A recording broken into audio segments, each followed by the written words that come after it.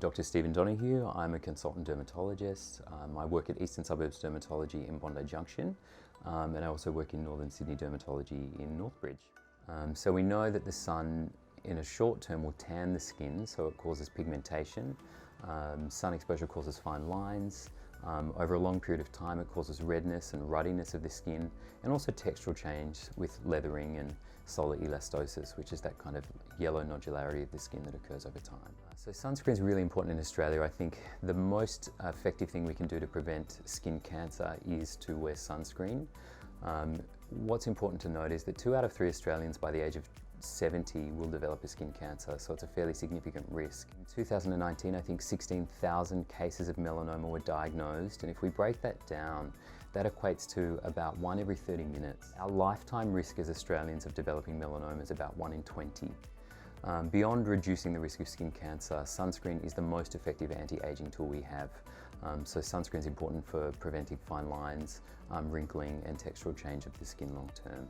Chemical sunscreens are those sunscreens that I consider to be UV absorbers. So they contain ingredients which absorb the UV radiation, and then the radiation is converted off the skin as a low-level energy or in the form of heat, whereas your physical sunscreens are sunscreens that physically reflect the UV. So the physical sunscreens typically are a lot thicker, they're a lot greasier, and they tend to leave a white film on the skin, whereas the chemical sunscreens are fairly light, and they're absorbed into the skin, and are often the sunscreens that are most appropriate for areas like the face, and will sit well under makeup.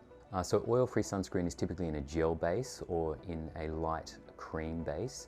So the oil-free sunscreens will soak into the skin, and they don't particularly leave much of a film or residue. They're helpful under makeup, and they're often preferred for the face. In terms of the big difference, the oil-free sunscreens or the gel-based sunscreens tend to wash off the skin. They come off a little bit more easily, even if they say they're water resistant, whereas the non-oil-free sunscreens often provide longer lasting sun protection. So it's estimated that you need 5 mils of sunscreen per area of the body. So for an average adult, that's 35 mils of sunscreen, which equates to 1 shot glass. So it's actually quite a lot of sunscreen that needs to be applied. Traditionally, we all under-apply the amount of sunscreen to our skin. A sunscreen needs to be applied 20 minutes before going into the sun.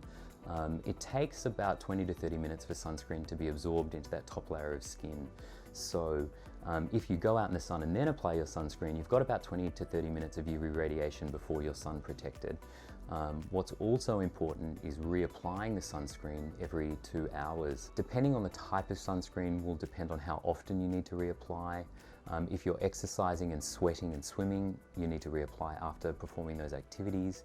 If you're wearing a light oil-free sunscreen, then often you need to apply more frequently than applying a thick, regular oil-based sunscreen. So the way that I like to think about sunscreen is it provides a barrier from UV radiation. So for most of us, it's important to put a moisturizer on first, then a sunscreen over the top. If you're wearing makeup for women, then it's a moisturizer, then the sunscreen to protect the top layer of the skin, and then the makeup on top of the sunscreen. SPF or sun protection factor relates to UVB protection only, but when we spend time in the sun, it's both UVA and UVB.